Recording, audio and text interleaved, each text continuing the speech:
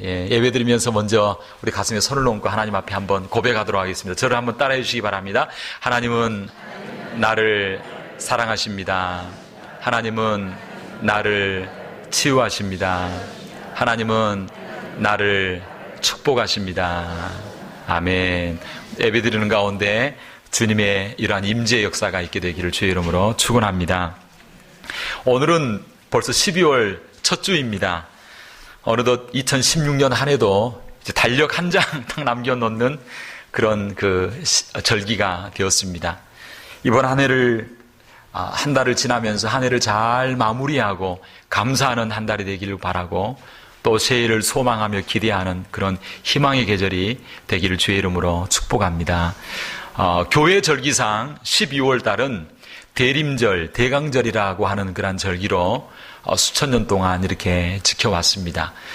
이 절기 기간 동안에는 특별히 12월 첫 주에는 주님의 오심을 준비하고 그리고 무엇보다도 다시 오실 주님을 예비하고 준비하는 그런 첫 주간으로 지킵니다. 둘째 주간은 주님 오심을 잘 예비할 수 있도록 우리 자신을 회개하고 우리 자신을 정결케 함으로 두 번째 주간을 지키고요. 그 다음에 세 번째 주간에는 12월 셋째 주는 무엇보다도 주님께서 베푸신 사랑에 감사하면서 한 해를 지나면서 감사했던 분들에게 사랑을 베풀고 또 섬기고 봉사하며 그렇게 셋째 주간으로 우리 믿음의 조상들은 그렇게 지켰습니다. 오늘 특별히 첫 주간을 맞이해서 성탄의 그런 말씀으로 이렇게 함께 말씀을 나누기를 원합니다. 학문 가운데 이런 학문이 있습니다. 혹시 여러분 처음 들어보셨을지 모르지만 근접학이라고 하는 그런 학문이 있습니다. 혹시 뒤에 파워포인트를 켜줄 수 있으면 저도 좀 볼 수 있도록 그렇게 하면 좋겠습니다. 근접학이라고 하는 학문이 있는데 이건 뭐냐면 사람과 사람 사이의 공간에 대한 그런 연구하는 학문입니다.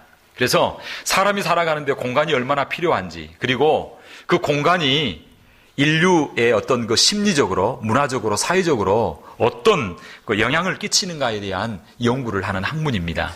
그런데요, 예를 들어서 그런 게 있습니다. 극장에를 갔습니다. 영화관에 가는데 자리가 많이 비어 있었습니다. 그런데 내가 한 자리를 딱 앉았는데 어느 사람이 딱 들어오더니 갑자기 내 옆자리에 앉습니다. 모르는 사람이. 그러면 갑자기 이게 기분이 좀 묘해지면서 내가 자리를 옮겨야 되나 말아야 되나, 이 사람이 왜 옆에 왔을까, 이렇게 생각을 하게 된다는 겁니다. 또 다른 예를 들어보면 친한 친구와 함께 영화관에 갔습니다. 아주 친한 친구가 영화관에 딱 갔는데 내가 먼저 자리를 잡았는데 그 친구가 바로 옆자리에 앉지 않고 두세 칸 건너서 앉습니다. 그러면 마음으로 생각합니다. 저 친구가 혹시 내가 무슨 실수를 했나? 나에게 무슨 섭섭한 일이 있나? 라고 생각을 하게 된다라고 하는 것입니다. 그래서 이 공간이라고 하는 게 우리 삶 가운데 참 영향을 많이 미친다라고 하는 것입니다. 그래서 인류학자였던 에드워드 홀이라고 하는 분이 있습니다. 이분이 이 공간에 대한 연구를 했는데 그분께서 보통 그 공간에 보면 그 다음에 보면 사진이 나오죠. 이분이 에드워드 홀입니다. 이분이 인류학자인데요. 이분이 연구를 했는데 모든 인간에게는 한 4종류의 영역이 있다라고 이분이 연구를 해서 발표를 했습니다. 콜롬비아 대학의 교수인데요. 첫 번째로는요, 친밀감의 영역이 있다는 것입니다. 친밀감의 영역. 보통 이 공간은요, 한 45cm 정도 된다고 합니다. 다른 말로 하면 아주 사랑하는 사람, 그리고 친한 사람은요, 보통 어느 정도까지 가까이 다니냐면요, 45cm 이내로 이렇게 다닌다고 합니다. 제가 주간 중에 신방하면서 거리를 봤더니 산나파일에 보니까 여인들이 손을 잡고 가는데 딱 붙어가지고 이렇게 가고, 어떤 그 자매는 형제 어깨에 손을 탁 하고, 이렇게 좀 남자보다 여자가 좀 더 적극적인 것 같아요. 이렇게 손을 잡고 이렇게 어깨 동무를 하고 가는 모습이 참 보기 좋더라고요. 그래서 친밀감의 영역, 한 45cm 정도 되는 영역은요, 부부간이나 아니면 연인이나 아니면 자녀와의 관계, 이 친밀감의 간격이 있다고 합니다. 그래서 보통 자녀들이 45cm 정도 떨어지게 되면 불안하게 됩니다. 엄마가 왜 나를 좀 이렇게 멀리 하나라고 할 정도로 느껴진다라고 하는 것입니다. 두 번째 영역이 있는데 이건 개인적인 영역입니다. 좀 친한 친구들의 영역인데 보통 45cm부터 1.2m, 1.2m 정도 되는데 이때는요, 서로 잘 아는 친구들이 그 영역을 한 1.2m에 45cm 정도는 허락을 한다는 것입니다. 그런데 모르는 사람이 갑자기 훅 들어오게 되면 내가 개인의 영역이 있는데 그 영역 가운데 들어오게 되어지면 좀 당황스러워한다라고 하는 것입니다. 그래서 교회 안에서나 학교에서도 친한 친구들, 잘 모르는 사람이 어느 정도 범위 안에 들어오면 이때 불안하기 시작합니다. 이 사람이 이렇게 들어오나 이렇게 불안하게 되는데, 친한 친구 관계가 되어지면 그 범위 안에 들어오는 것을 허용을 하게 되고 와도 기쁨으로 맞이한다라고 하는 것입니다. 세 번째 영역은요, 사회적인 영역인데 보통 3.5m 정도 되는 거리라고 합니다. 그래서 쇼핑센터나 아니면 어떤 그 사회적 공간 가운데서 보통 1.2m에서 3.6 정도 되는 그 거리 공간을 이렇게 만들어 놔야 이렇게 편안하게 쇼핑을 할 수 있고, 그리고 사람들이 그 안에 자유롭게 거리를 오갈 수 있다라고 하는 것입니다. 그 다음에 마지막은요, 이 공적인 거리가 있는데 뭐 학교나 강단이나 아니면 청중과의 거리, 보통 3.6m 이상으로 이렇게, 그래서 우리 강대상도 보면 3.6m 정도 되는 거리로, 이 정도로 이렇게 만들어 놓은 것을 볼 수 있습니다. 그런데 이런 거리가 있는데 문제는 뭐냐면, 남자들은요 보통 이런 거리를 잘 유지하려고 한다고 합니다. 그래서 들어오게 되면 조금 이제 섬찟점. 그런데 여성들은 그런 거 상관없이 그냥 이렇게 공간을 치고 들어가는 그런 성향이 있다라고 합니다. 근데 가장 중요한 것이 있습니다. 이런 어떤 제한적인 공간의 영역들이 다 있더라도 가장 중요한 것은, 좋아하면 가까이 하려고 하고요, 사랑하면 언제든지 내 공간 가운데 들어와도 상관없다라고 하는 것입니다. 그래서 사랑하는 사람들에게는 언제든지 들어와도 괜찮고 언제든지 함께해도 괜찮은 그러한 특성이 있다라고 합니다. 그래서 성경에 보면 결혼하면 부부가 한 몸을 이룬다고 하는데, 정말 그 친밀한 공간적인 그 사이가 없는 그런 것을 우리에게 말씀해주고 있습니다. 제가 왜 이야기를 하겠습니까? 사실 하나님과 우리 사이에게는요, 너무나 거리가 먼 그런 공간이 있었습니다. 왜냐하면 인간이 하나님 앞에 범죄함으로 말미암아 인간이 하나님 앞에 갈 수 없고 하나님도 제된 우리와 함께 할 수 없는 그런 환경 가운데 있었습니다. 그런데 이 성탄절 날에 하나님께서 우리와 함께 하시려고 그 먼 죄인과 하나님, 의인, 그 거리를 뛰어넘어서 하나님께서 우리에게 찾아오셨다라고 하는 것입니다. 하나님은 엄청난 거리를 뛰어넘으셔서, 엄청난 공간적인 영적 거리를 뛰어넘으셔서 하나님이 우리를 찾아오셨습니다. 하나님은 예수 그리스도를 우리에게 보내주셨습니다. 그래서 하나님과 우리 사이에 건널 수 없는 그 큰 공간을 뛰어넘을 수 있게 하셨고, 그 거리를 이어주셨습니다. 그분이 바로 예수 그리스도, 그분인 줄로 믿습니다.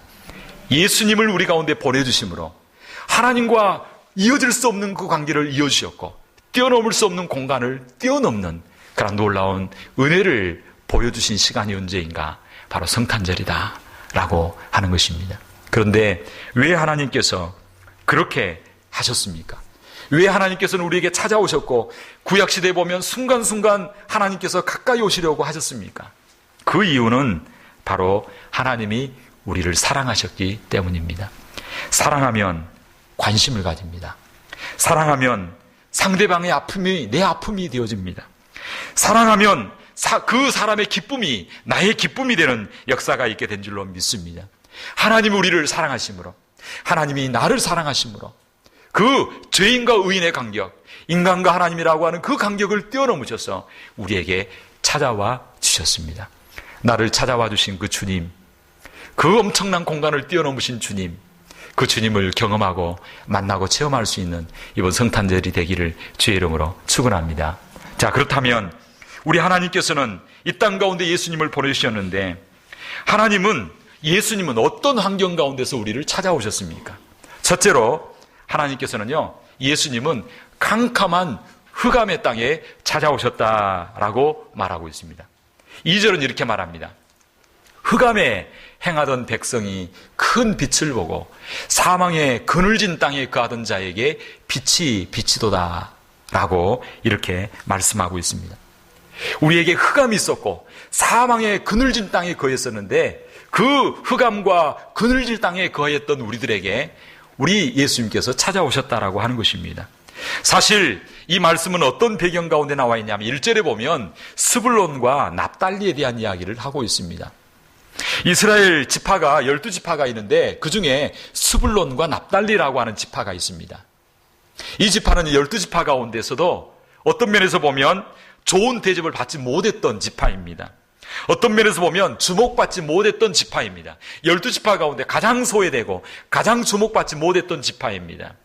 사실 유다 지파는요, 그 지파 가운데 예수 그리스도가 오게 되었습니다. 그리고 특별히 레위 지파는 제사장 지파로 쓰임받았습니다. 막내였던 베냐민 지파는요, 막내이기 때문에 사랑을 많이 받았습니다. 그런데 이 스불론과 납달리는요, 이 12지파 가운데서도 가장 소외되고 가장 주목받지 못하고 어떤 면에서 보면 가장 사랑받지 못했던 그런 지파였습니다. 그런데 오늘 성경에 보면 1절에 보면 그렇게 말하고 있습니다. 오늘 나와는 있지 않지만 전에 고통당하던 자에게는 흑암이 없으리로다. 스불론과 납달리 땅으로 멸시를 당케 하셨더니 후에는 해변길과 요단 저편 이방의 갈릴리를 영화롭게 하셨느니라, 이렇게 말씀하고 있습니다. 그래서 여호수아가 가나안 땅을 분배하잖아요. 가나안 땅을 분배하는데 다른 모든 지파는 정말 좋은 땅에 요지에 다 분배되었습니다. 그런데 이 스불론과 납달리는요, 이스라엘 지파 가운데서도 가장 변방, 저 북쪽, 제일 북쪽에 있는 지역의 땅을 배치를 받았습니다. 그래서 이 변경이다 보니까 늘 누가 쳐들어오냐면 이방 민족들이 늘 쳐들어옵니다. 그래서 이 스불론과 납달리 지파에는요, 늘 전쟁이 끊어지지 않았습니다. 그래서 고통을 많이 받았던 그런 지역이었습니다. 그래서 이 지역 가운데 두 가지 큰 문제가 있었는데, 하나는 늘 전쟁이 있다 보니까 백성들이 너무나 삶이 피폐하고 힘들어졌습니다. 그래서 그 지역에 살던 사람들이 흩어져서 살았고, 그러다 보니까 경제적으로 너무너무 힘들고 굶주리고 고통을 당했습니다. 그래서 성경 바로 앞장에 8장에 보면 21절 22절에 보면 이렇게 이야기하고 있습니다. 이 땅으로, 이 스불론과 납달리 땅이에요. 이 땅으로 헤매며, 왜? 전쟁이 나서 흩어져서 사람들이 유리하며 헤매는 것입니다. 그 다음에 또 전쟁으로 피폐해지다 보니까 공고하며 줄일 것이라, 먹을 것이 없어서 너무 경제적으로 고통스러운 그런 환경 가운데 있었습니다. 그래서 이 사람들이 어떻게 하냐면 너무나 배고프고 전쟁 때문에 땅이 유린되고 그러니까 이 지역에 있는 사람들이 소망이 없습니다. 그래서 큰 환난과 흑암과 고통 가운데 늘 원망과 그리고 그 가운데 저주하는 그런, 늘 보면 저주하는 것입니다. 우리나라도 보면 그런 부분이 많은 것 같아요. 정말 풍요롭고 잘 사는데 늘 하는 말이 보면 좋은 말은 하나도 없어요. 늘 힘들다, 어렵다. 어느 시대나 한 번도 힘들거나 어렵지 않은 시대가 없었습니다. 그런데 더 그런 부분이 많습니다. 흑암이 임하니까 감사가 없고 늘 저주와 원망과 그리고 참 삶이 피폐해지는 그러한 모습입니다. 그래서 특별히 스불론과 납달리 지역은요, 경제적으로, 그 다음에 정치적으로 너무나 힘들고 어려운 환경 가운데 있었습니다. 둘째로 이 지역이 또 어떤 어려움이 있었냐면요, 영적으로도 너무나 흑암 가운데 있었습니다. 그래서 성경 본문 8장 19절에 보면 이렇게 말합니다. 혹이 너희에게 고하기를 지절거리며 석살거리는 신접한 자와 마술사에게 물으라. 사실 이스라엘 지파는요, 하나님을 믿고 살았던 지역입니다. 그런데 이방이 자꾸 공격을 하다 보니까 이방 문화가 들어오게 됩니다. 그 다음에 뭐가 들어오냐면 이방에 있던 우상숭배와 그리고 무당들이나 이런 사람들이 들어오게 되어집니다. 그래서 자연스럽게 스불론과 납달리 지파 안에서 신접한 자와 마술사가 일어나게 되어지고, 다른 말로 하면 하나님께 묻기보다는 점쟁이에게 찾아가고 마술사와 신접한 자를 찾아가서 내 앞일이 어떻게 되겠는가 묻는 그런 시대가 되었다는 것입니다. 다른 말로 하면 영적으로 큰 흑암이 있는 상황이었습니다. 그래서 경제적으로 피폐하고 그리고 영적으로 어두운 그런 지역이 바로 스불론과 납달리 지역이었습니다. 그런데 우리 예수님께서 임하시는데, 메시아가 임하는데 제일 먼저 어디로 임하는가? 바로 이 스불론과 납달리 지역으로 임한다는 것입니다. 그리고 오늘 본문 1절은 이렇게 말합니다. 큰 빛이 임하게 되는데 어떻게 되냐면, 전에 고통하던 자에게, 이 스불론과 납달리는 한마디로 이 시대를 대표하는 저와 여러분, 이 어두운 시대를 이야기하고 있습니다. 전에 고통하는 자에게 흑암이 없으리로다. 옛적에는 여호와께서 스불론과 납달리 땅으로 멸시를 당케 하셨더니 후에는 해변길과 요단 저편 이방 갈릴리를 어떻게 했냐면 따라서 영화롭게 할렐루야. 흑암이 없어지고 영화롭게 하셨다는 거예요. 우리 예수님이, 빛 대신 예수님이 임하심으로 말미암아 그 지역 가운데 영적 어둠이 물러가고, 그리고 여러 가지 피폐한 그런 저주와 원망이 떠나가게 되어지고, 그곳 가운데 큰 감사뿐만 아니라 영광스러운 놀라운 일들이 일어나게 되었다는 것입니다. 할렐루야. 자, 우리 예수님이 공생애를 하면서 성경에 보면 어떻게 말하고 있냐면, 특별히 마태복음 4장에 보면 예수님이 공생애를 하면서 제일 먼저 어디에서 사역을 하시게 되냐면요, 예수님이 사역하는 주 무대가 어디냐면, 따라합시다, 스불론과 납달리, 이 지역이 어디냐면요, 갈릴리라고 하는 지역입니다. 그래서 제가 여기는 나와 있지 않지만 제가 한번 읽어드리겠습니다. 마태복음 4장에 보면 이렇게 말합니다. 나사렛을 떠나, 예수님이 나사렛에서 살았거든요. 그런데 공생애를 시작하면서 어디로 가냐면 나사렛을 떠나 스불론과 납달리 지경 해변에 있는 가버나움에 가서 사시니, 이는 선지자 이사야로 하신 말씀을 이루려 하심이라. 일러스되 스불론 땅과 납달리 땅과 요단강 저편 해변길과 이방의 갈릴리여 라고 이렇게 말하고 있습니다. 그래서 예수님이 공생애를 시작하면서 마태복음 4장 13절에 보면 어디에 가서 사역을 하시냐면, 약속의 말씀처럼 가장 어둡고 힘들었던 그 지역, 그래서 갈릴리와 가버나움과 그 지역 가운데 예수님이 주로 사역을 하시고 그 가운데 영광스럽게 하셨던 것을 볼 수 있습니다. 사랑하는 성도 여러분, 오늘 우리의 삶 가운데 흑암과 어둠이 있을지라도 우리 주님께서 임하셔서 어둠을 물리쳐 주시고, 그리고 영광스러운 존재로 살아갈 수 있도록 역사하여 주실 줄로 믿습니다. 가장 소외되고 힘들고 어려웠던 지역 가운데 예수님은 그 가운데 사시면서 일평생 공생의 기간 동안 거의 갈릴리와 그 요단강 그 갈릴리 주변에서 사역을 하시며 하나님 나라를 전파하셨습니다. 그리고 그 지역이 영광스럽도록 하나님께서 만들어주신 것을 볼 수 있습니다. 오늘 저와 여러분 가정 가운데 혹시 어둠이 있습니까? 여러 가지 원망이 있습니까? 빛 대신 주님이 임하심으로 영화롭게 되는 놀라운 역사가 있게 되기를 주의 이름으로 축원합니다. 자, 그 다음에 우리 주님께서 빛 대신 예수님은 어떤 모습으로 오셨습니까? 굉장히 중요한 내용입니다. 어떤 모습으로 오셨는가? 둘째로 어떤 모습으로 오시냐면요, 따라합시다. 한 아기의 모습으로 오십니다.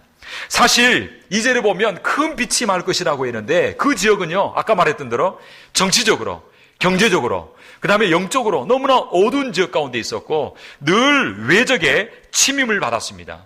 특별히 아수르의 공격을 받았고요.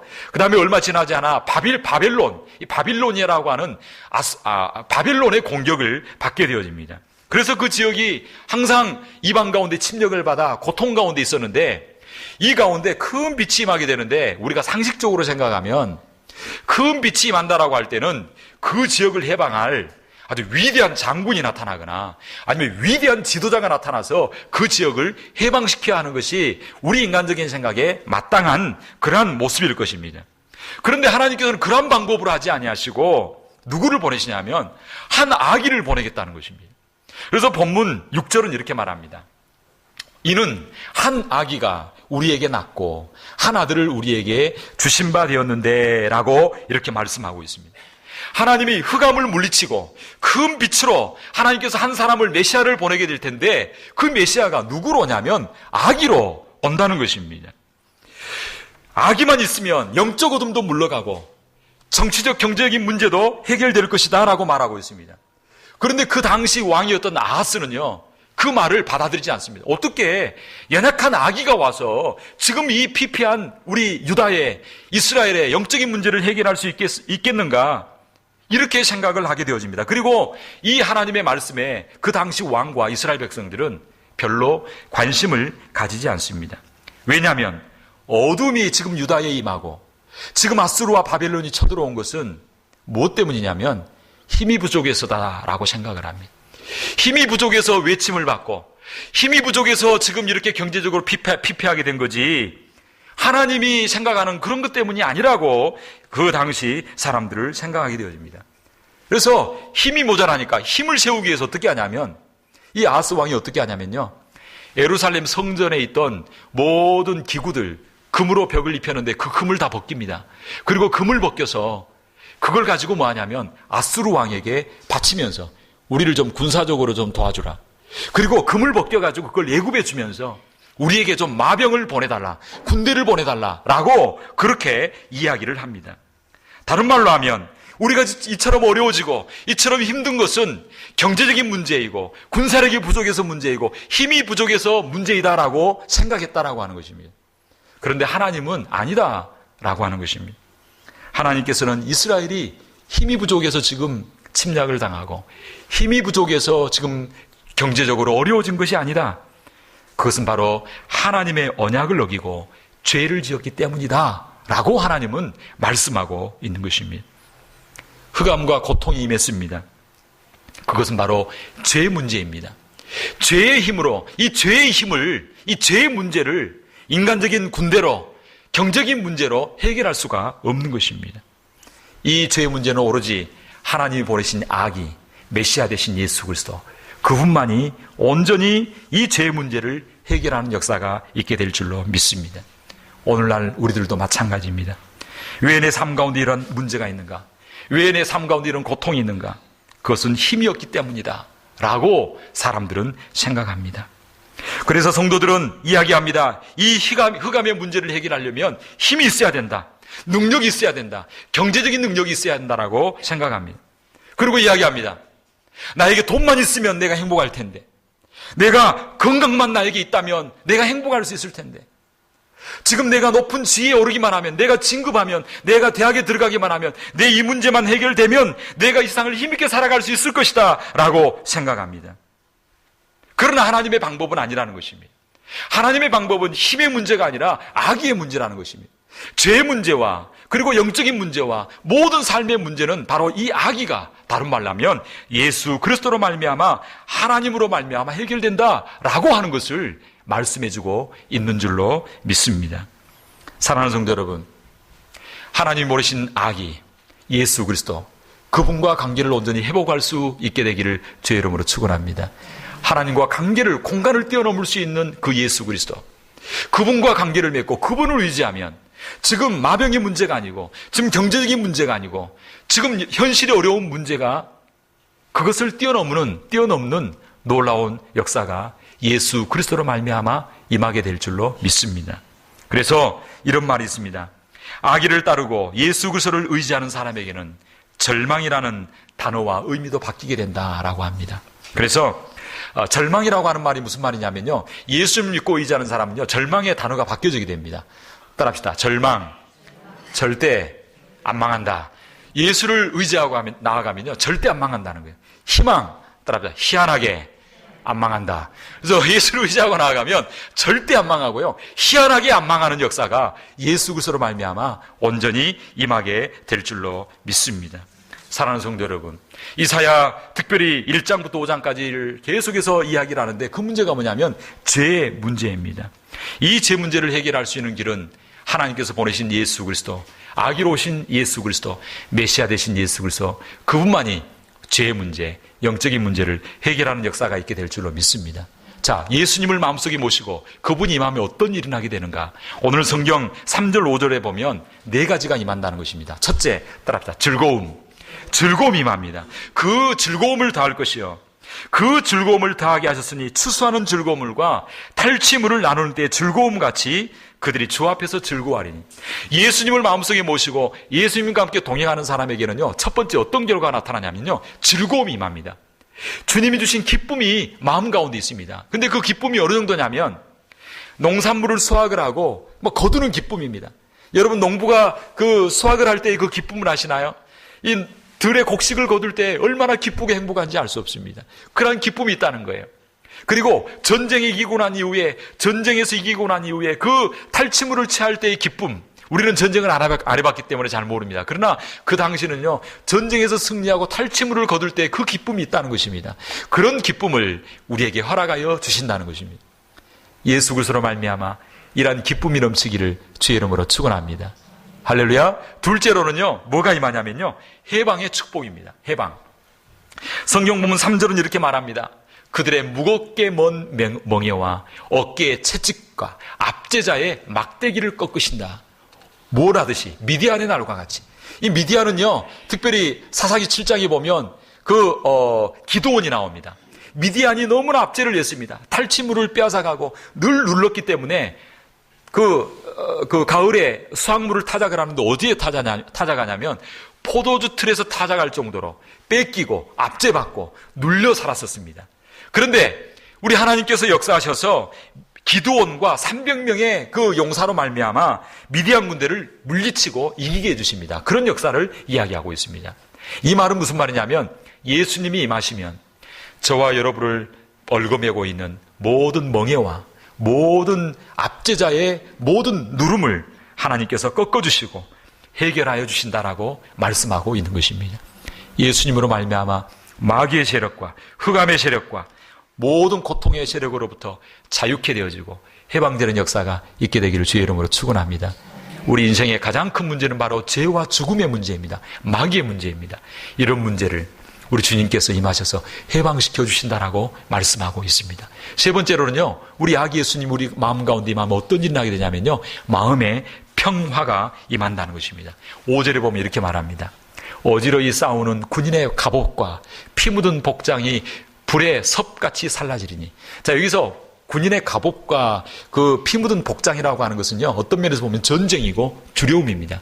그런데 그런 모든 것들을 살라버릴 정도로 우리 하나님께서 떠나가게 해주신다는 겁니다. 다른 말로 하면 우리 마음 가운데 참된 평화와 그리고 안정을 허락하여 주신다는 것입니다.